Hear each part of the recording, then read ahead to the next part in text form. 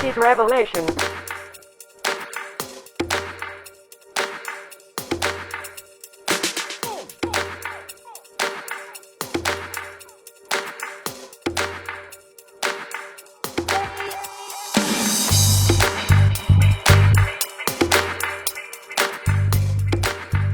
Hey everyone, welcome to the podcast. It is Thursday, February 27th.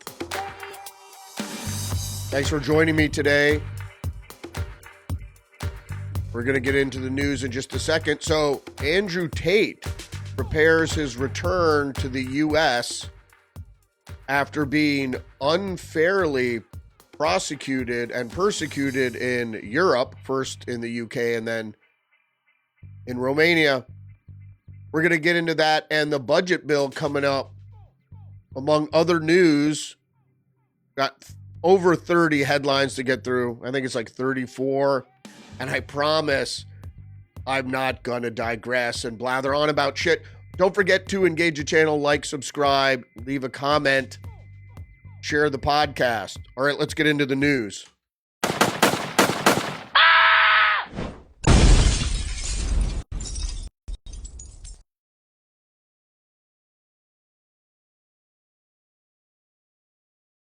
First up from the New York Post, how Trump's $5 million gold card for rich migrants would work. Here are the other nations who have tried it. I'm going to name several nations who have tried the gold card. But first we're going to get into what happened yesterday. So around noontime, the Trump administration held the first cabinet meeting. So with all the department heads there sitting around a big table, and they invited the press in for the first hour, at least Trump did. And so this was quite remarkable, first of all, because Joe Biden didn't even call cabinet meetings because he was a walking corpse. But we never got to hear from any of his cabinet heads either in a public setting or in a joint press conference as Trump held yesterday, also with Elon Musk, who went on to explain what Doge is doing. And there was a very open question from Trump. Does anybody think, does everybody approve of what Elon Musk is doing? And there wasn't one nay in the group, which means we have cohesion in the administration, which is obviously a good thing. So the basis of this is, let's just get into the story. All right, this is from the New York Post. There's an EB5 right now of 250,000. So what this is there are several different types of visas that are allowed through legal immigration. So the legal immigration, not illegal immigration, would be open. Legal immigration would be open for anybody that could put up $5 million. So this is, instead of a green card, this is the Trump gold card, which would allow you to reside legally, indefinitely in the United States for $5 million and allow you to work or conduct business. So usually people with $5 million at their disposal are looking to access American markets. That would mean they bring their businesses here or their spending or what have you. So Lutnick said that 200 of these gold green cards, they're basically green cards, renamed gold cards at $5 million each. Lutnick said that would be $1 trillion that would be allowed to pay down the debt. So, and then he referred to the national debt, which was almost $37 trillion. Some of the other countries that do that, Egypt, $250,000 for citizenship. Malta, $630,000 to get in. Who wants 36? You get 36 months of residency for $630,000. or 787,000 for a year. EU countries sold residency to 132,000 people between 2011 and 2019, generating 21.4 billion euro or 22.4 billion dollars in gross revenue. So other people have tried this with some success. So Trump wants to do this. I don't think there's anything wrong with it. I think that this is a good move. You're going to be raising money, and you're going to bring in people that have capital, which is more important even than people that have a skill. Moving on in the headlines of the Washington Times, Speaker Johnson, another stopgap funding bill becoming inevitable given unreasonable Democrats. So what is this about? This is about the Democrats being obstructionist. So they're using the budget process to hamstring Trump. So we can get into the story here a little bit. This is just what Speaker Johnson says. He says it's because the Democrats are placing completely unreasonable conditions on the negotiations. He also said they want us to limit the scope of executive authority. They want us to tie the hands of the president. He also said it looks like they're trying to push us into a shutdown scenario. Democrats have pushed to add language to 12 annual spending bills restricting President Trump from ignoring or shifting funding that Congress approves. Now, I spoke about this over the past few days because there is some constitutional reasoning around if money was appropriated by Congress for something, that by law, you have to spend it on that something. It's been appropriated. It's part of the law. Budget is a law. So he just can't take the funding away and spend it on something else or claw it back and give it back to the taxpayer, what have you. So that's the wrinkle there. But that doesn't mean he can't fire employees. He can't close down departments unless they were not, like the Department of Education was enacted with an executive order. So that could just take an executive order to get rid of it. Other departments were brought about by an act of Congress. That's a little different. So, but we could certainly, with a Republican majority, we could start defunding or starving programs that we don't want to exist. So without funding, the program doesn't exist. Now, a lot of the language in the bills means that you can spend it on something. It doesn't have to be spent a certain way. And that's the power of the executive. The executive is there to execute. So if he wants to execute something a little differently, but it's in the line of the bill, or it's in line with the bill, he can do that. The Democrats are completely, we went into that already. They accuse the president and the Department of Government Efficiency, that is, the Democrats, led by billionaire Elon Musk, of taking a meat axe to the federal government by freezing funds to programs they don't like and firing workers across the executive branch. Mr. Johnson said one of the conditions Democrats have floated in the negotiations is the stipulating how many employees each executive agency is required to employ. Well, I don't think that's either one nor the other. Moving into other headlines here, Harmeet Dillon says corporations with DEI racial quotas could be prosecuted for civil rights violations. Harmeet Dillon, the attorney nominated to lead the Civil Rights Division of the Department of Justice said her confirmation hearing on Wednesday that corporations that use diversity, equity, and inclusion racial quotas could be prosecuted under federal rights law. So persecutions like hold on, I got to fix something here. Persecutions around quotas like affirmative action that go further than affirmative action. Excuse me. Hold on one second.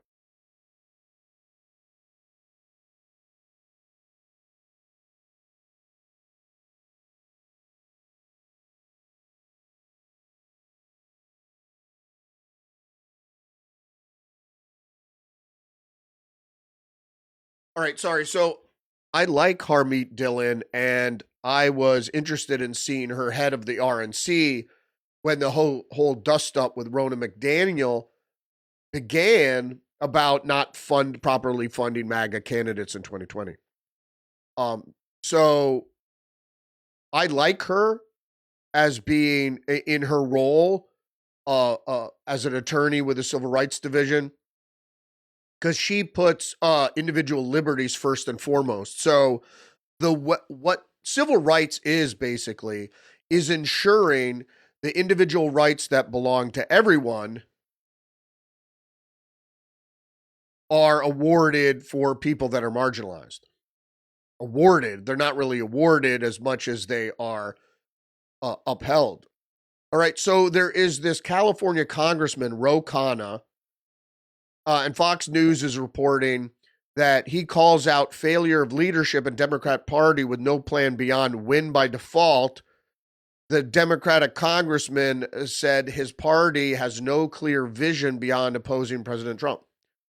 And as I stated earlier, is pushing the agenda, the progressive agenda, the extreme, let's get this correct here, the extreme progressive agenda, which is a new cultural war to undermine traditional culture completely, almost on the cellular level, almost on the genetic level. They're going that far. And people don't realize how serious it is, and it seems like hyperbole, but it isn't. It is a very sinister scientific cultural warfare, really ideological subversion, active measures, etc. All right, next headline here from the Federalist. So Eugene Daniels, if you didn't know who he was, he encapsulates all the reasons the WHCA deserves to burn down in flames. Washington Press Corps, if they have any idea what they look like right now, but then I remember that the White House Correspondents Association, which is the WHCA, is currently led by Eugene Daniels. That's who Eugene Daniels is. And he's a gender bending, again, and you see this on Jeopardy. You might not watch Jeopardy. I do. With, when I'm at dinner or whatever. But the transgender community is being unproportionately represented, period. And this is the part of DEI that you don't understand, is that it's pushing transgenderism even over minorities and what have you, and the traditional LGBTQ community, LGBT community, the gay community, let's just say. This is a military psychological operation. They're overrepresented in the NSA and the intelligence agencies. Intelligence agencies are replete, and it was getting that way in the military too. And that's why they're trying to unwind that. And I'm not saying as an adult in America, you can't do whatever you want, including pay for surgery to turn you into a woman. But the problem is, if you admit that you think you're a woman in a man's body, that's gender dysphoria. And that it has for a long time been considered mental illness. So you have to separate the two things. Are you a gender bender who, as a man, wants to become a woman? That's really where we have to separate the whole thing. Going back to this story, the WHCA statement on the matter, according to this reporter, was good fun. And this is regarding Carolyn Levitt. She's the press secretary for Trump's White House.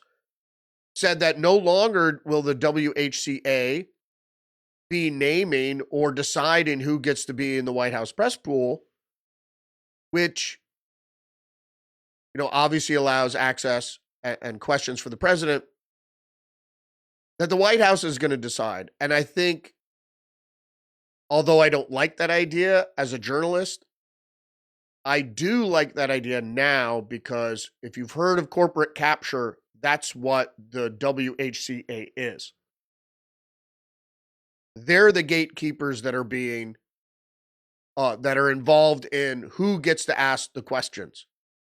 And that's almost as bad as the White House picking it. So at this point, I'd rather have the White House pick it.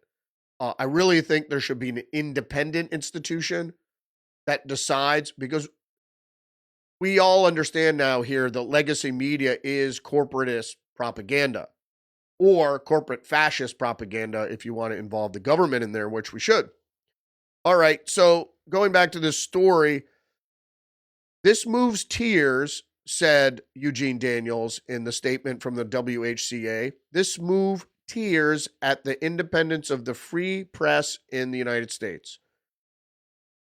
It suggests the government will choose the journalists who cover the president. In a free country, leaders must not be able to choose their own press corps. And to some degree, that's true. However, as I just mentioned, what's better, corporatist or government? At this point, I'd rather have government, but I think it should be an independent agency. And I think what the White House is doing is having rotating seats for people that don't go in all the time to offer a fresh perspective. So there might be one seat that might rotate through conservative blogosphere or web-based product, Breitbart, and then it could be Town Hall, and then it could be whatever, Alex Jones. And then another seat might rotate through other online magazines, and then you have some print, and then you mix it up in a way that's representative of the American electorate at large. So, all right, I promise I wouldn't go off. All right, going on with the story, what makes the broader WHCA episode so patently absurd, is the notion that the WHCA is in any way the standard bearer of the free press. It's not, of course. The author goes on to say the most generous view of the association is that the executive club of creepy nerds who, led by a gleeful gender bender, hold half the country's population in contempt for daring to vote against Democrats in the election. More practical assessment is that the WHCA is another anti-democratic gatekeeper institution devoted first and foremost to maintaining the status quo in Washington, including the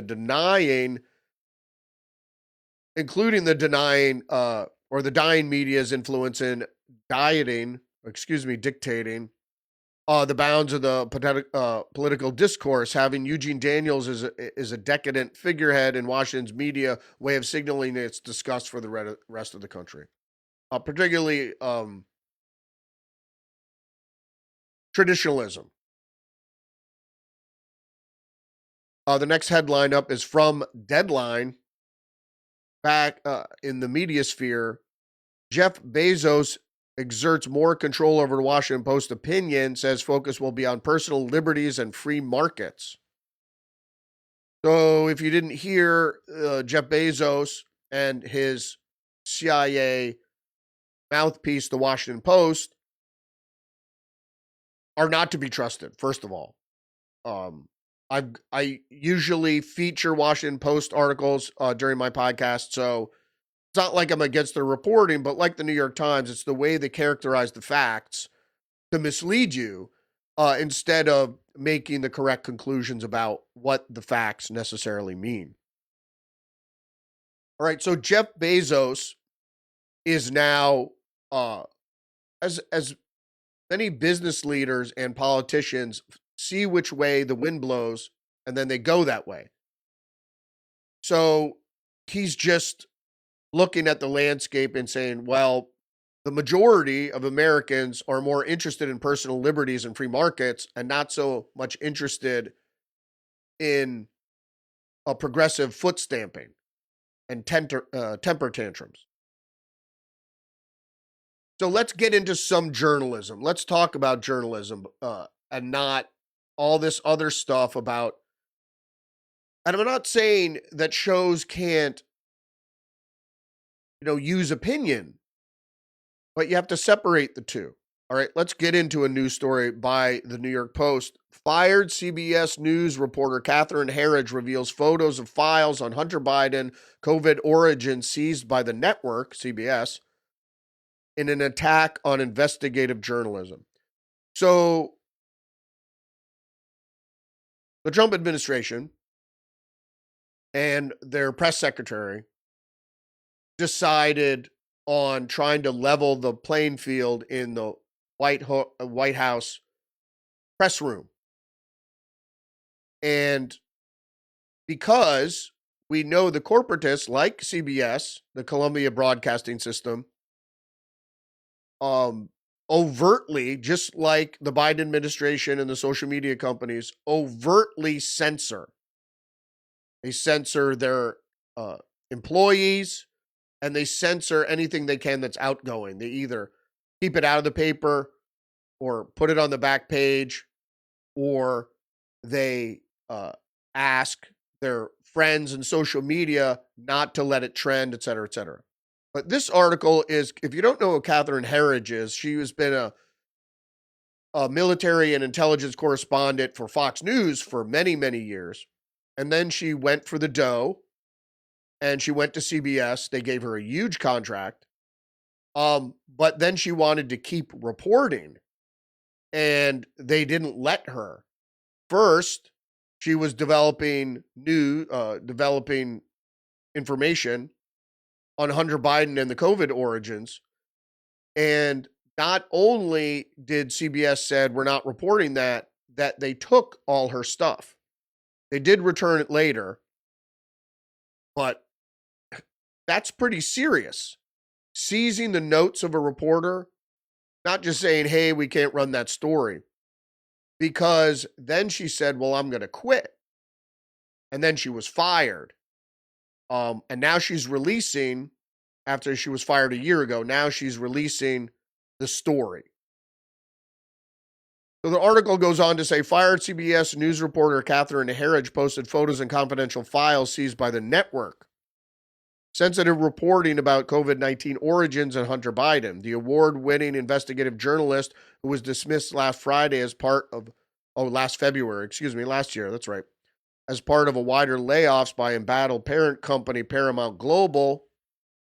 I think that it was for other reasons. She was only working at CBS for a few years. She stirred up a firestorm in her bid to regain the materials from the network, gave back the items weeks later. Herridge goes on to say, exactly 1 year ago, CBS News returned my investigative reporting files. Today, I'm releasing photos of the records for the first time so you could see the sheer volume involved. So they didn't just come and take one notepad. They seized a lot of material. I've never worked for a news organization that ever did that, to seize material. Sometimes if you're doing work for hire and they fire you, they don't let you take your notes because the company thinks all the work that you did for them during that work for hire is theirs. So that has happened. But to go to an employed reporter and seize their material, that's something else entirely. That's what I mean. It's corporate. That is the result of corporate fascism. Bloomberg News is reporting Trump team weighs pulling funds from Moderna flu vaccine Is it from the vaccine? The reality around this is that I forget how much it was, but it's like the government buying doses of bird flu that we may or may not need to distribute free amongst the populace. Now, vaccine advocates will say, "Oh, that's wonderful," but it's not wonderful. It's a waste of money. If they say what they can, they're capable. If they have the virus code, is to produce vaccines like that. So why do we need to pay Moderna $200 million or whatever it was for bird flu that right now we don't need? And that's for free distribution to the public. So tax dollars are going to the pharmaceutical company for a vaccine we may or may not want or need. Okay. Independent, more than 100 U.S. spies are fired for sexually explicit chats, Tulsi Gabbard says.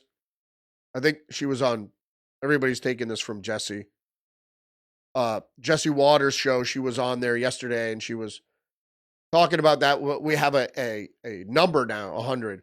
Agents involved in the disgusting chats were from the NSA, CIA, and DIA, which is the Defense Intelligence Agency, according to the report. Good. I'm just a traditional guy of sorts. So when you're at work, you should be involved in work things. And I'm not talking about a little downtime to, surf the internet or take a personal call. I'm okay with all that shit. You need to take an extra long lunch to take care of business, whatever. Or you have an emotional issue that you're working through over lunch. Hey, man, I get all that shit. But just going to work and getting on chat rooms and talking about things that aren't work-related with other employees, it's not water cooler. You want to go to the water cooler? If you see somebody that happens to be, I guess in this instance, transgender also, and you want to have a private conversation about sex, I guess in person that's okay, but use an electronic medium on government funded and created chats that it shouldn't have been allowed in the first place. You don't encourage people to chat with each other about things that aren't work related. I don't know. I'm old school. When I get to work, I like to work. It makes the day go faster. I like to work until lunch, and after lunch, go back to work and work the whole time. I don't like to sit around. So you might have heard of also last night, Pam Bondi reported on Fox News that she's going to release, she danced around the question about releasing stuff today. When will it be released? She said they're going to release a taste today, purportedly. But it looks like the taste is going to be shit we already know. We're going to release some flight logs. Who was on the flights? So, and I'm more interested on what, and Jesse brought this up, what they recovered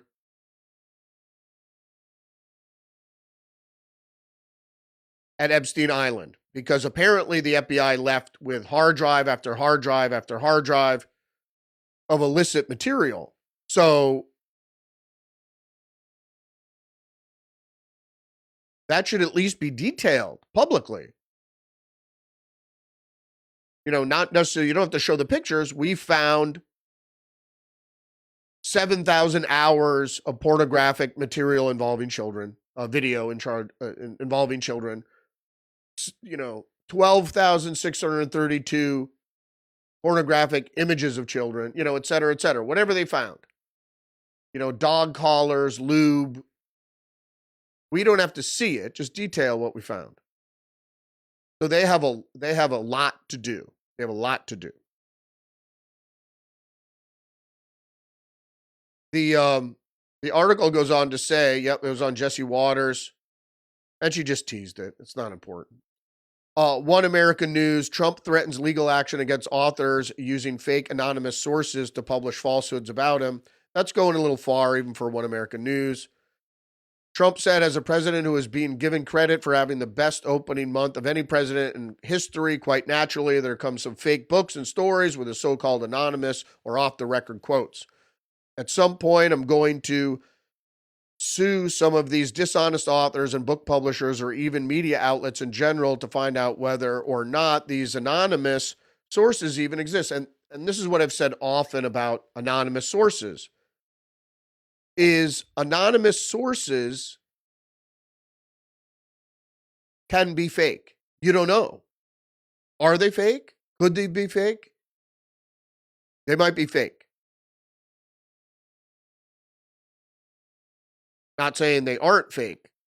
Like I said, an extreme circumstance in the Watergate reporting. Okay, Deep Throat. You call him something. He's anonymous. Call him something. In extreme situations when national security is involved, of course.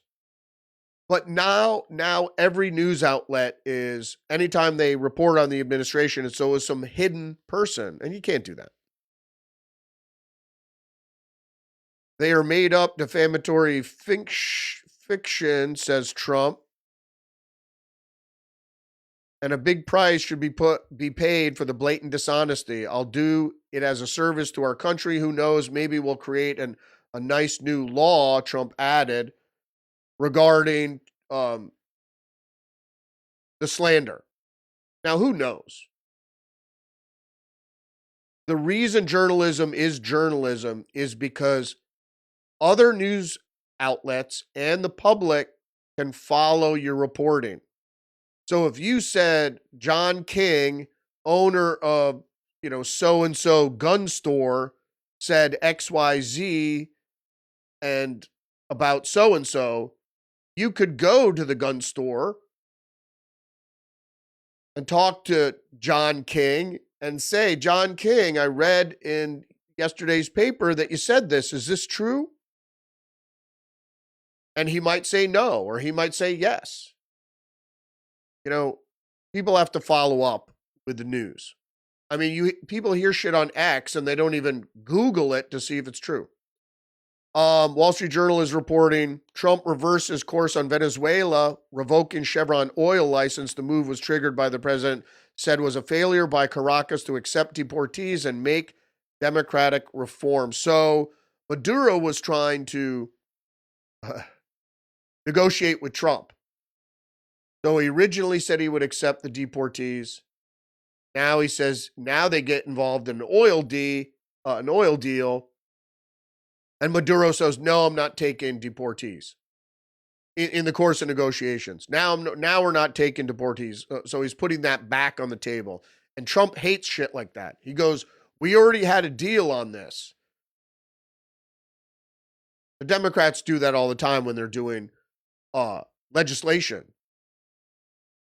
They say they'll take stuff off the table, and then you read the text, and it's back in there. All right, Washington Times, Pennsylvania transgender runner to race in girls' state finals despite Trump executive order. So that's another state defying the will of the president and the federal public. PJ Media, seriously, Maine state rep silence for defending women. Now, this woman is Representative Laurel Libby, a Republican who represents the Maine 64th district. Now, she was silenced and she was censured. Now, censured is a political term that means the legislative body and presumably the executive vote to silence you, usually for a period of time. So Laurel Libby has served the State House of Representatives since 2020, but currently she's unable to vote or speak on the House floor unless she issues an apology or specific crime. Oh, this is indefinite. Pointing out that a high school boy named John turned Katie won the girls pole vaulting state championship in Maine. The year before, he participated as a boy pole vaulter and came in 5th place. And then she posted on X about it. I guess because she posted on X about it, that she was censured by the Maine state government. And I'll just show you one of the posts. Just showing a picture of the guy turned girl. All right, the post-millennial Canadian trans dad accused of stabbing his young children, released from custody pending trial. So this is a Canadian dad, Alice Michael Joseph Atwood, 35 years old, has been charged with aggravated assault. The transgender Canadian man accused of stabbing his children has been released from custody from custody pending trial. So before he goes to trial. Alice Michael Joseph Atwood, 35, of Alberta, was arrested on February 19th for allegedly attacking his two children with a sharp knife. Wait for it. Slashing the esophagus of his 8-year-old daughter and also injuring his 7-year-old son. The two kids survived the attack, and his young daughter remains recovering in a hospital needing a feeding tube, according to reports, which is weak journalism, but we're going to go with it for now. Wow. Like I said, there seems to be something emerging, this cult-like behavior among trans people and their allies, and now violence, increasing violence, disproportionately among the trans community. Why would they be violent? Because they think people are coming to kill them. Fox News is reporting Navy stops asking personal questions about gender identity, making intimate spaces either male or female. Male and female, now only sexes recognized by U.S. Navy. So I was going to talk about this today anyway. I was a believer in ask, don't tell, which is what happened in the Clinton administration, or after the Clinton administration. It was in the Clinton administration. It was Defense Secretary Les Aspin, who instituted don't ask, don't tell, which means if you're gay, openly or and otherwise, but they prefer not openly. So if you're gay, you could serve in the military because it was previously prohibited. So they wouldn't ask, and if someone found out you were gay, they wouldn't tell. So it doesn't matter, but the point of openly acting gay or flamboyantly displaying gender dysphoria or playing gender bending has no place in the military. You want to be gay, you want to dress up as a woman on your own time. I would imagine after you have bottom surgery, maybe the army or whatever could let you use the male restroom or whatever, or serve with males or whatever it is. Again, I'm digressing. I'm sorry. But the point is, don't ask, don't tell, I think is the best policy. Going off on a little tangent once again. We only got 5 minutes left. All right. City Journal, Chris Rufo's outfit, whistleblower. There's a trans cult inside the NSA. An insider tells the story of the intel agency's ideological capture. Indeed. Post-millennial, Colorado police arrest trans suspect accused of vandalizing, placing incendiary devices at Tesla dealership. Lucy Grace Nelson, 40, was taken into custody on Monday and has been charged with several felonies. Indeed. UK Metro, trans military personnel to be identified and purged from the U.S. Army. And this is what we're just talking about. This does not corroborate what Fox was saying. Fox was saying, don't ask, don't tell.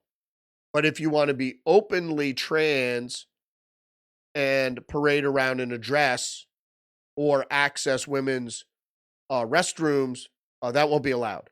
But the Fox News articles even said they're just going to switch everything to single serve use, intimate spaces. So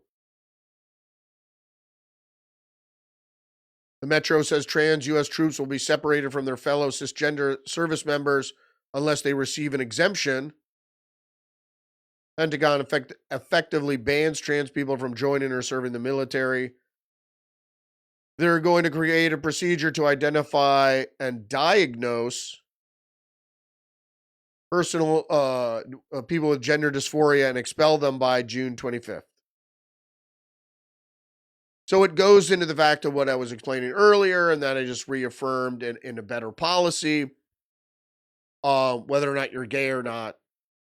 But if you're trans, whether or not you're a man who wants to become a woman, or if you're a man that thinks they're a woman.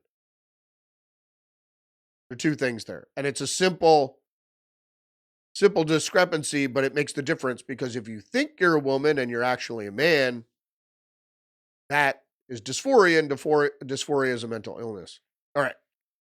New York Post, migrant busted in fatal shooting of New York City teenager thanks to DNA sample from U.S. border. So the DNA system was working and Biden stopped it. Senhi Serias Bulvas was arrested 6 months after he allegedly opened fire on a 16-year-old Kamari Sanders while the young victim was riding on a moped. So, and he did cross the border and was, his DNA was taken. So he was here basically illegally. I don't think he has been granted anything yet.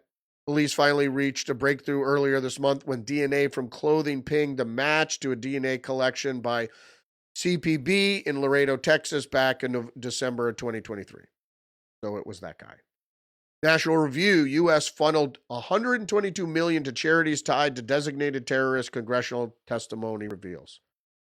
Well, this doesn't surprise anybody because now we know what I've been saying for decades is that U.S. aid is a CIA slush fund controlled by the CIA and not the State Department. The question really is the CIA controlled by the State Department or is the State Department controlled by the CIA? New York Post, Doge says Texas nonprofit collected millions of dollars each month to operate an empty facility.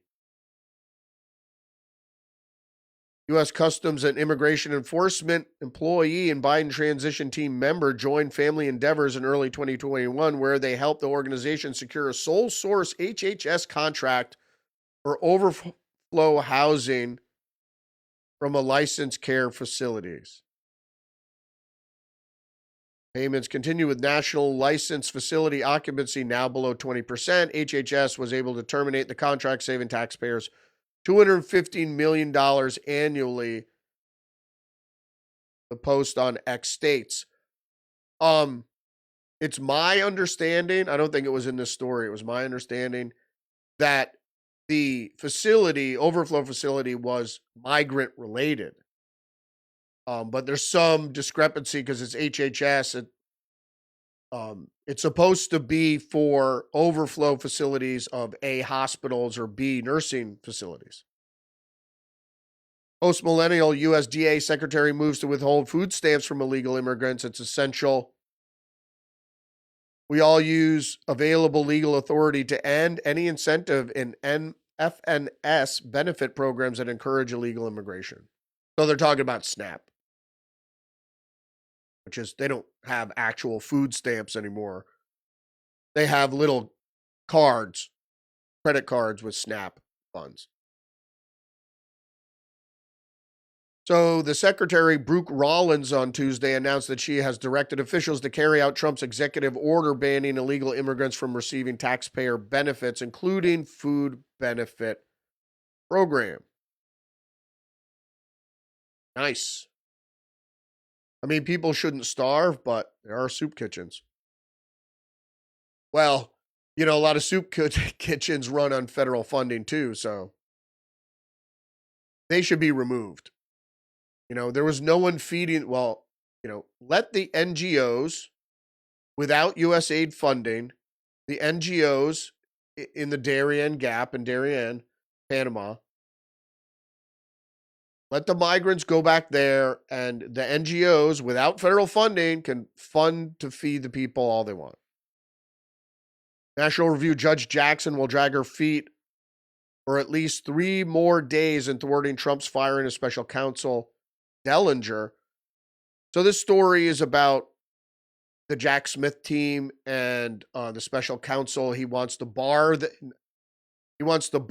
all, fire them, and bar them from federal buildings. And she put a stay on it. And as I said, that's the first thing you could do in delay, deny, defend, is delay the inevitable, which is Trump has legal authority, but, the Democrat judge can go, well, I can file an injunction. And so it's a temporary restraining order, a TRO, on February 12th, blocking president from firing Hampton Dillinger. So that's one of the ones in the Office of Special Counsel, a Democrat. National Review, again, anti-Israel protesters at Barnard College seize academic building after 2 students were expelled. So again, it's this is intelligence agency funding. So if you didn't know, and also Democrats control Islamic militancy for the most part, or global liberals, I should say. So the Islamic militants, actually, the political arm controls Arab student protesters in the United States. So all these people are really controlled by left-wing dollars. So even though they're anti-Semitic, and I don't know why Jewish people would ever be Democrat, but I'm not going to go there. All right, The Guardian is reporting new book to detail cover-up of Biden's health decline before election. The Original Sin by Jake Tapper and Alex Thompson will focus on president's self-delusional decision to seek re-election. But Jake Tapper, for years working for CNN, said or attacked anybody that would even suggest that the president has mental decline or mental deficiency, which he had even before he got elected. So the big news today, Associated Press is reporting Andrew Tate, who faces rape and trafficking charges in Romania, has left for the U.S. So he lived in the U.S., but things got dicey here. So I think the timeline of events with Andrew Tate, and if you don't know who Andrew Tate is, he is Western chauvinist icon. So masculinity on steroids. He just was a guy's guy.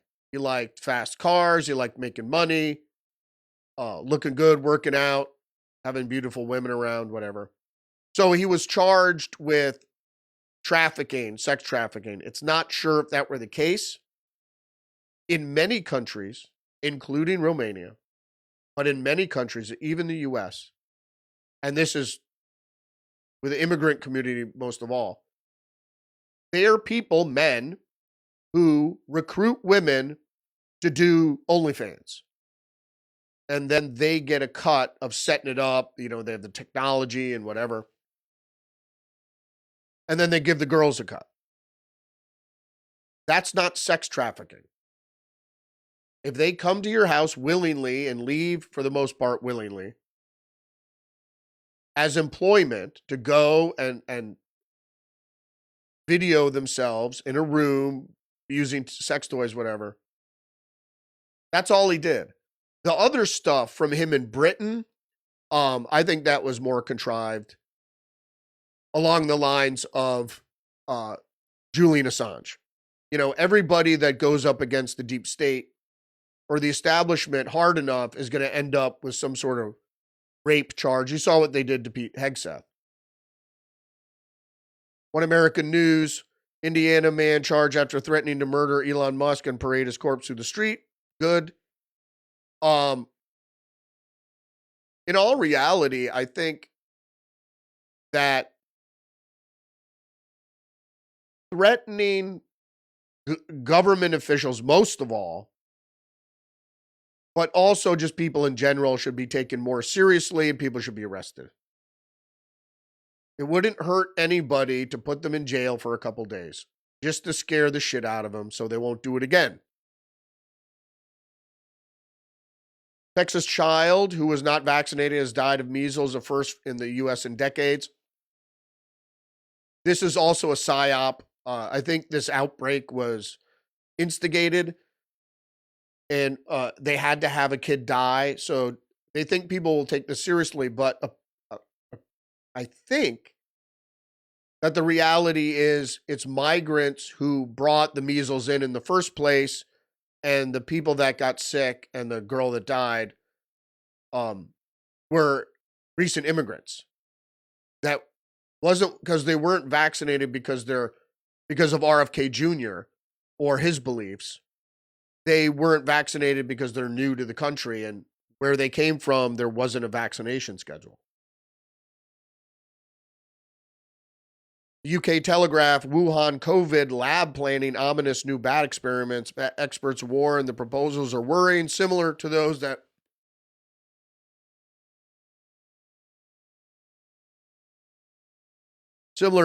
that might have sparked the pandemic.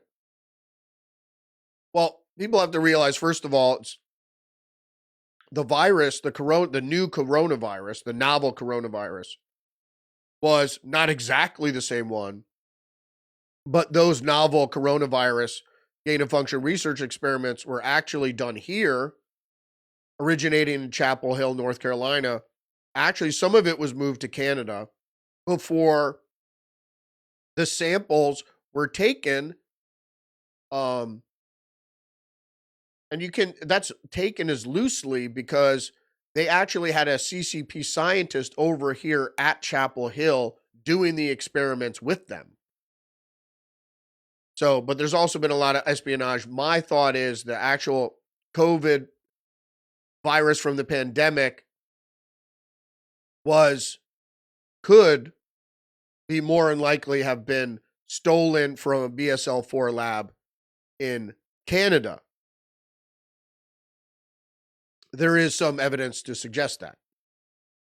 Washington Post, neo-Nazis targeted a majority black town. Locals launch an armed watch. Now, I don't have any problem with this. I do have problems with neo-Nazis targeted a majority black town, but let me talk about it first. That I don't believe in neo-Nazis. I know there must be some. I know there are some, and they keep a low profile. The ones, I don't know them personally, but I see people with tattoos with Hitler shit or whatever. I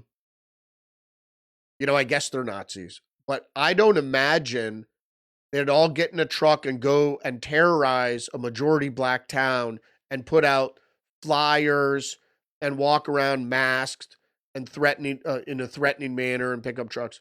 That sounds like the FBI.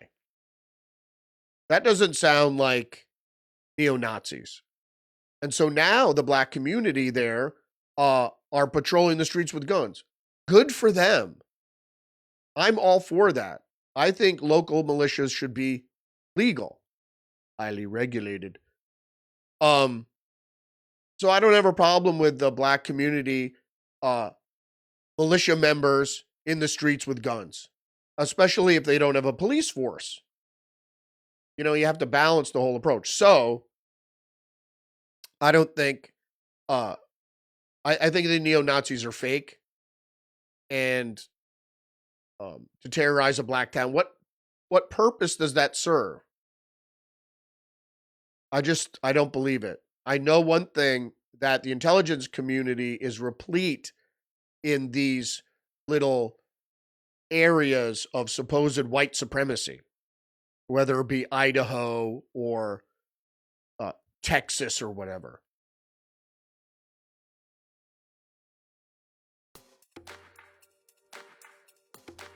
All right, 55 minutes, 34 stories in 55 minutes. I should go faster. Thanks for joining me today, though. There's a lot to be considered. Oh, call, email, or write your congressman, and you got to find out how he plans to vote on the bill. and call your senators if they're receptive and see what they're working on. Because the legislation is actually more important than executive orders. Although executive orders are good. Thanks for joining me today. Don't forget to engage the channel, like and subscribe. Click that notification bell and share the podcast. And remember, you're under attack psychologically and biologically. Stay hip to the trick. And I'll see you tomorrow.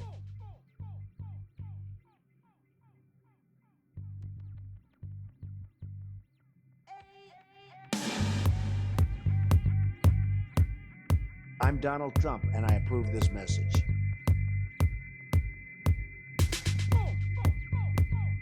This is all a conspiracy, no? This is all a conspiracy, no? You know that is a conspiracy. The New World Order